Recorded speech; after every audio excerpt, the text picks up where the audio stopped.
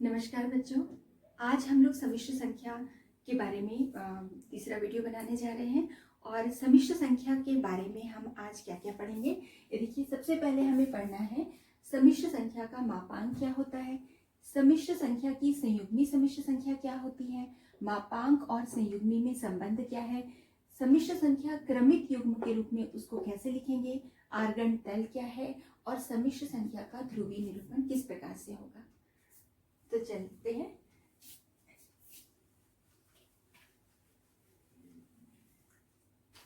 सबसे पहले हम पढ़ेंगे मापांक। पिछली कक्षाओं में मैंने आप लोग को बताया ही है कि समिश्र संख्या को हम a प्लस IB के रूप में लिख सकते हैं। तो मान लीजिए एक समिश्र संख्या z बराबर है a प्लस IB। तो समिश्र संख्या का मापांक को हम मॉड्यूलस ऑफ z लिखते हैं, इस प्रकार से लिखते हैं। और मॉड ऑफ z बराबर होता है under root a square plus b square. एक समिश्र संख्या a प्लस IB का मापांक होता है मॉड z बराबर under root a square plus b square. चलिए एक एग्जाम्पल लेकर देखते हैं। जैसे मान लीजिए कि एक समिश्र संख्या z बराबर 3 + 4i है। तो इस समिश्र संख्या का मॉड जो होगा, इसका मापांक हो जाएगा अंडर रूट के अंदर हो जाएगा 3 स्क्वायर प्लस 4 स्क्वायर, यानी ये आ जाएगा 9 + 16 और इज इक्वल टू हो जाएगा 25 और इज इक्वल टू हो जाएगा 5। ठीक है, इस तरीके से हम कोई समिश्र संख्या का मापांक ज्ञात कर सकते हैं। एक और एग्जाम्पल ले लेते हैं हम। जैसे मान लीजिए हमारे पास है 1 - अंडर रूट 2i, एक समिश्र संख्या z बराबर है। इसका मापांक हमको निकालना है, तो हम कंपैरिजन करेंगे a प्लस IB के साथ। तो हम देखते हैं कि a बराबर है 1 और b बराबर है अंडर रूट 2। तो जब हम इसका मापांक निकालेंगे, मॉड ऑफ z बराबर हो जाएगा अंडर रूट के अंदर 1 का स्क्वायर प्लस अंडर रूट 2 का स्क्वायर। तो बराबर ये आ जाएगा 1 और ये आ जाएगा प्लस अंडर रूट 2 का स्क्वायर 2 हो जाएगा, माइनस का भी स्क्वायर पॉजिटिव हो जाएगा। तो इस प्रकार से ये आ जाएगा 2, यानी कि अंडर रूट 3। इस प्रकार से बच्चों आपने सीखा कि कोई भी समिश्र संख्या का मापांक किस तरीके से निकाला जाता है। a प्लस IB से आप कंपैरिजन करेंगे, a और b पता कर लेंगे कि क्या है, और ये जो फॉर्मूला है under root a square plus b square, इससे आप मापांक ज्ञात करेंगे।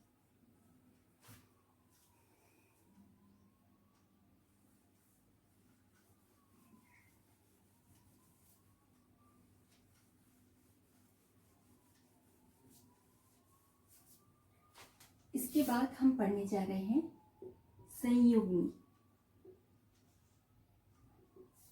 किसी समिश्र संख्या की संयुग्मी समिश्र संख्या क्या होती है। तो जैसे कि मान लीजिए z है, एक एग्जाम्पल a प्लस IB एक समिश्र संख्या है। तो इसका संयुग्मी को हम लिखते हैं z बार के रूप में, और z बार बराबर होता है a माइनस IB। इसका मतलब है कि जो काल्पनिक भाग है उसका चिन्ह चेंज होता है, वास्तविक भाग का चिन्ह नहीं बदलता है। इस प्रकार से हम किसी भी समिश्र संख्या की संयुग्मी समिश्र संख्या ज्ञात कर सकते हैं। जैसे कि और एग्जाम्पल अपन ले लेते हैं। जैसे 3 - 4i मान लो एक समिश्र संख्या है, तो इसका संयुग्मी समिश्र संख्या हो जाएगी 3 + 4i। एक और एग्जाम्पल ले लेते हैं। जैसे z बराबर है -1 प्लस अंडर रूट 3i, तो z बार बराबर हो जाएगा -1 अंडर रूट 3i। आपने यहाँ देखा कि a का जो चिन्ह है वो नहीं बदलता है, सिर्फ b का जो चिन्ह है, IB का जो चिन्ह है वो बदल जाता है। अगर पॉजिटिव है, नेगेटिव है तो पॉजिटिव हो जाता है, और पॉजिटिव है तो नेगेटिव हो जाता है। तो आशा है कि आप लोग को समझ में आ गया होगा संयुग्मी। ठीक है, कोई भी समिश्र संख्या का आप संयुग्मी समिश्र संख्या ज्ञात कर सकते हैं।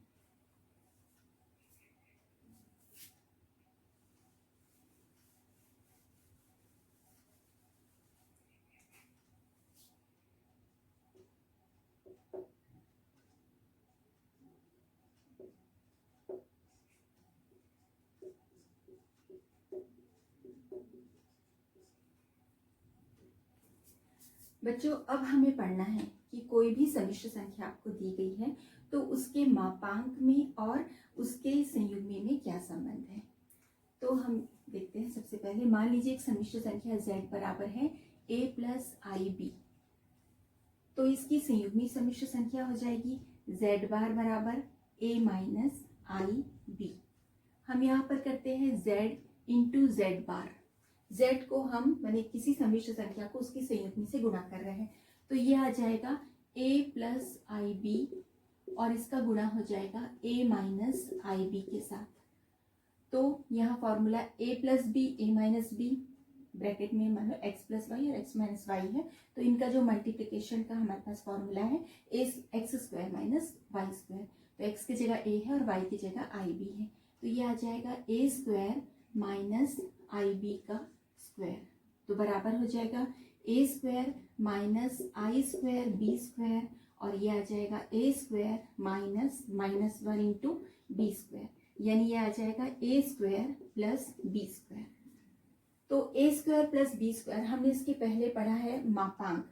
मापांक जो होता है मॉड ऑफ z होता है under root a square plus B square, और हमको यहाँ पर मिला है a square plus B square, यानी कि मॉड ऑफ z का स्क्वायर। हम इसको लिख सकते हैं मॉड ऑफ z का स्क्वायर।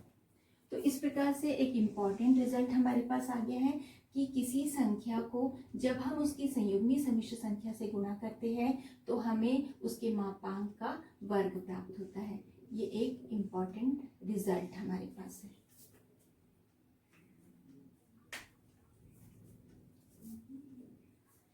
इसके बाद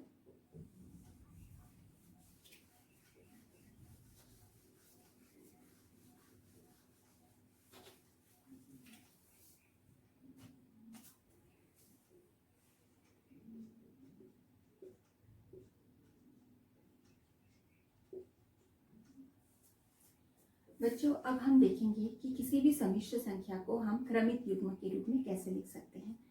तो मान लीजिए कि एक समिश्र संख्या z बराबर है a प्लस आई बी। आपने क्रमित युग्म के बारे में निर्देशांक ज्यामिति में पिछले साल क्लास 10th में पढ़ा है। तो क्रमित युग्म क्या होता है, उसमें क्रम का महत्व होता है, फर्स्ट कॉमा सेकंड ब्रैकेट में रहता है। तो उसी प्रकार से यदि कोई समिश्र संख्या इस प्रकार से है तो हम इसको क्रमित युग्म के रूप में लिख सकते हैं। तो इसका जो क्रमित युग्म हो जाएगा वो हो जाएगा a कॉमा बी। तो इस प्रकार से आप कोई भी समिश्र संख्या का क्रमित युग्म निकाल लेते हैं। दो चार हम देख लेते हैं यहाँ पे। जैसे कि मान लीजिए एक समिश्र संख्या है 2 माइनस 3i, तो इसका क्रमित युग्म हो जाएगा 2 कॉमा माइनस 3।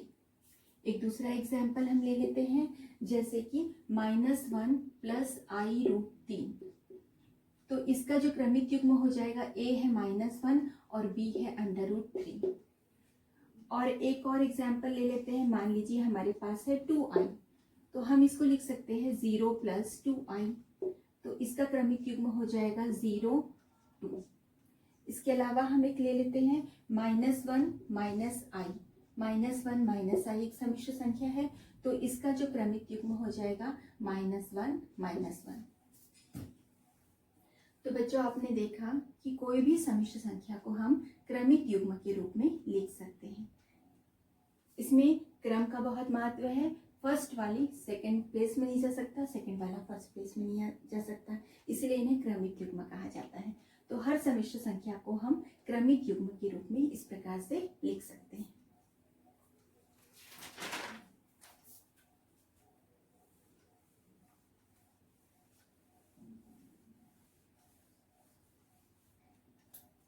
इसके बाद बच्चों हम पढ़ेंगे आर्गन प्लेन के बारे में। आर्गन समतल या आर्गन तल के बारे में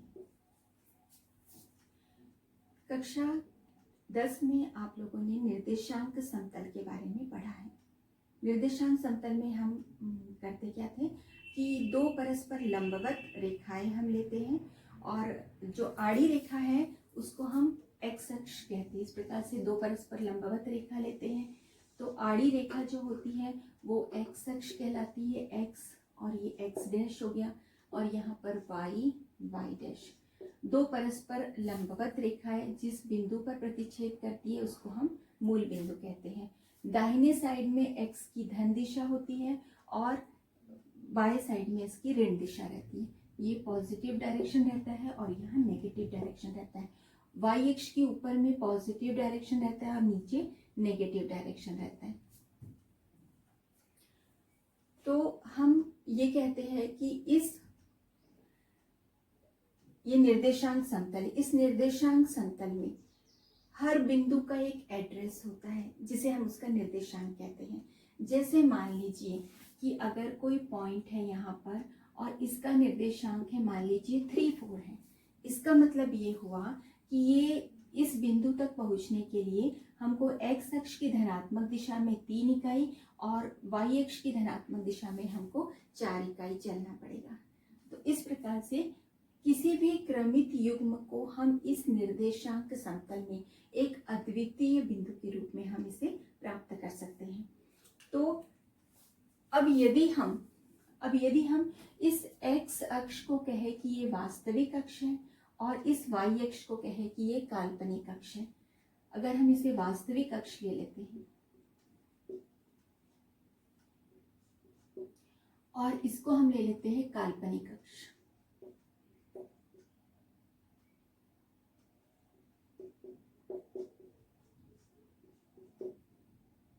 इस प्रकार से यदि लिया जाए तो ये जो निर्देशांक समतल है वो बन जाता है आर्गन समतल। जब x अक्ष को वास्तविक अक्ष ले और y अक्ष को काल्पनिक अक्ष ले तो ये जो निर्देशांक समतल है वो बन जाता है आर्गन समतल। और निर्देशांक समतल की तरह ही आर्गन समतल में ये जो अक्ष है वो उसे 4 चतुर्थांश में बांटती है। ये है प्रथम चतुर्थांश, ये है द्वितीय चतुर्थांश और ये है तृतीय चतुर्थांश और ये है चतुर्थ चतुर्थांश।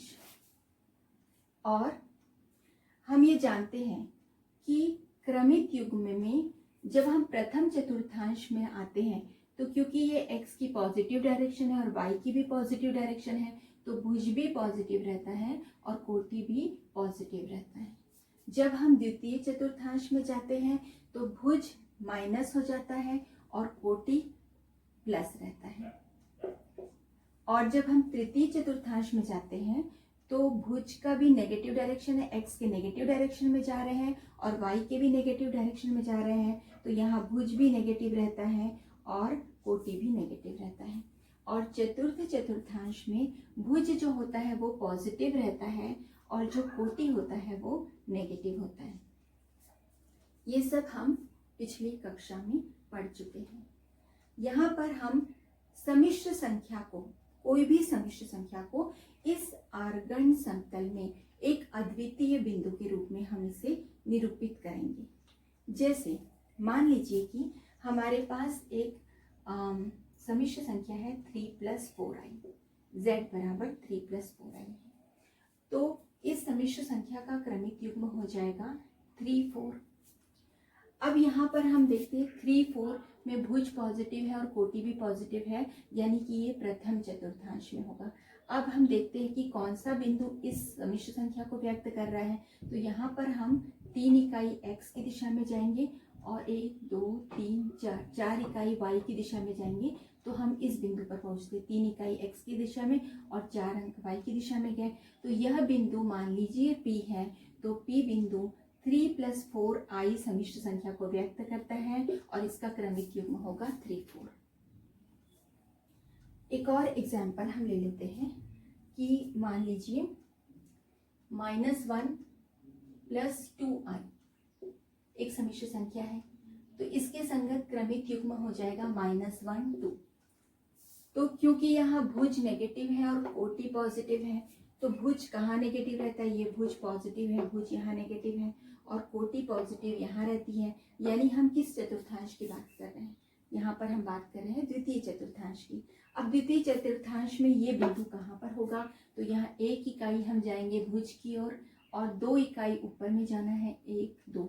यानी ये जो पॉइंट होगा, मान लीजिए कि ये बिंदु Q को व्यक्त करता है।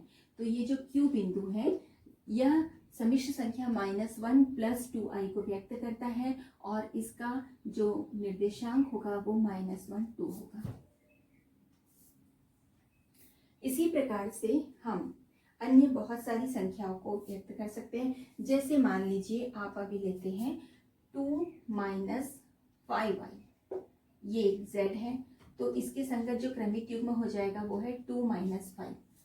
तो यह समिश्र संख्या का कौन सा बिंदु इस समिश्र संख्या को व्यक्त करता है? तो हम देखते हैं कि भुज के पॉजिटिव डायरेक्शन में 2 इकाई जाना है और कोटि के नेगेटिव डायरेक्शन में 5 इकाई जाना है। तो 1 2 3 4 5 मान लीजिए यहाँ है, तो भुज में 2 गए, कोटि में 5 गए, तो ये वाला बिंदु मान लीजिए कि ये R बिंदु है।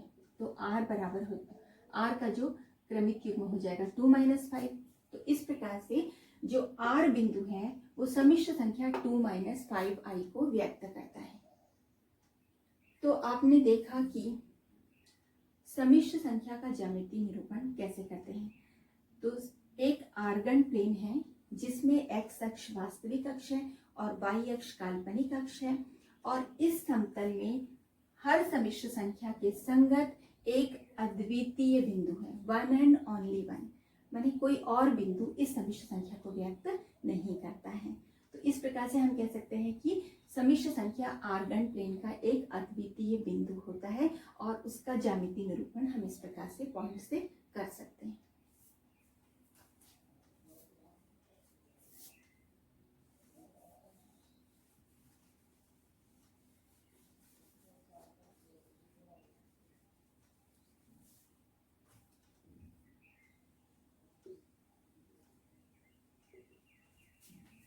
अब समिश्र संख्या जो है उसका मापांक क्या होता है? अगर मैं ज्यामितीय रूप से ज्योमेट्रिकली आपको दिखाना चाहूँ तो जैसे z बराबर है a प्लस आई बी, तो मॉड ऑफ z क्या होता है?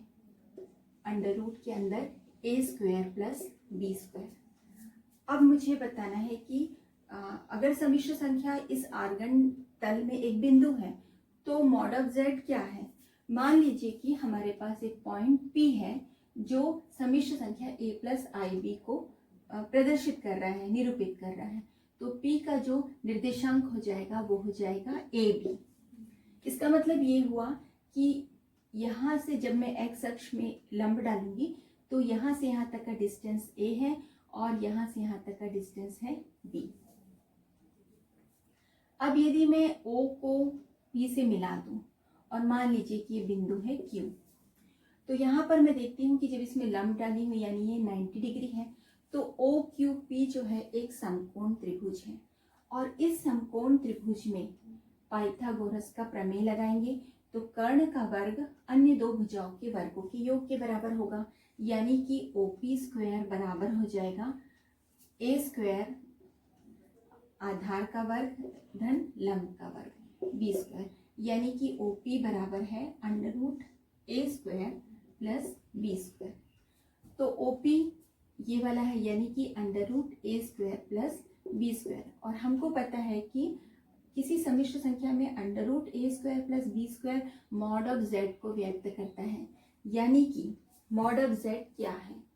तो आप लोग को समझ में आया होगा कि कोई बिंदु जिसको जो कोई समिश्र संख्या किसी बिंदु को व्यक्त कर रहा है आर्गन समतल में, तो यह बिंदु मूल बिंदु से जितनी दूरी पर होता है, ये जो दूरी OP की दूरी जो होती है वो इस समिश्र संख्या का मापांक होता है।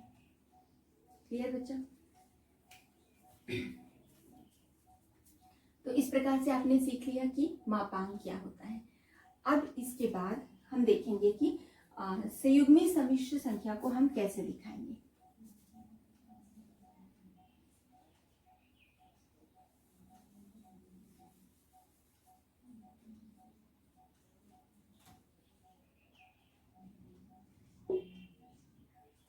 मान लीजिए कि एक समिश्र संख्या है a प्लस आई बी है, और इसका जो संयुग्मी समिश्र संख्या है वो है a माइनस आई बी। समिश्र संख्या a प्लस आई बी है और संयुग्मी समिश्र संख्या है a माइनस आई बी। तो a प्लस आई बी यानी इसके संगत जो क्रमिक युग्म हो गया वो हो गया a b, और जो संयुग्मी समिश्र संख्या इसके संगत क्रमिक युग्म हो गया a माइनस b। तो सबसे पहले हम इस पॉइंट को खोजेंगे जो इस समिश्र संख्या को निरूपित करता है। तो सबसे पहले हमको A इकाई इधर जाना पड़ेगा और B इकाई पॉजिटिव डायरेक्शन में जाना पड़ेगा।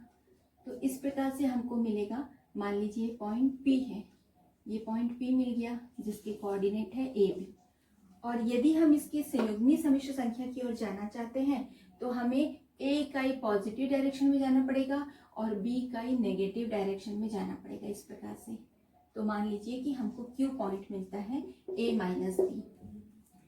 तो इस प्रकार से हम देखते हैं कि संयुग्मी समिश्र संख्याएं जो होती हैं वो x अक्ष के पॉजिटिव डायरेक्शन से इक्वल डिस्टेंस पर होती हैं। x अक्ष से ये बराबर दूरी पर होती हैं, इसीलिए इन दो संयुग्मी समिश्र संख्याओं को x अक्ष के सापेक्ष एक दूसरे का दर्पण प्रतिबिंब कहा जाता है। तो इस प्रकार से आपने देखा कि हम संयुग्मी समिश्र संख्या को इसको मिला सकते हैं हम इस प्रकार से। तो हम ये देखते हैं कि ये a प्लस IB समिश्र संख्या को व्यक्त करने वाला बिंदु है और ये a माइनस IB समिश्र संख्या को व्यक्त करने वाला बिंदु है, और ये दोनों बिंदु x अक्ष से बराबर दूरी पर होते हैं। इसलिए हम कहते हैं कि x अक्ष के सापेक्ष PQ का और QP का दर्पण प्रतिबिंब है।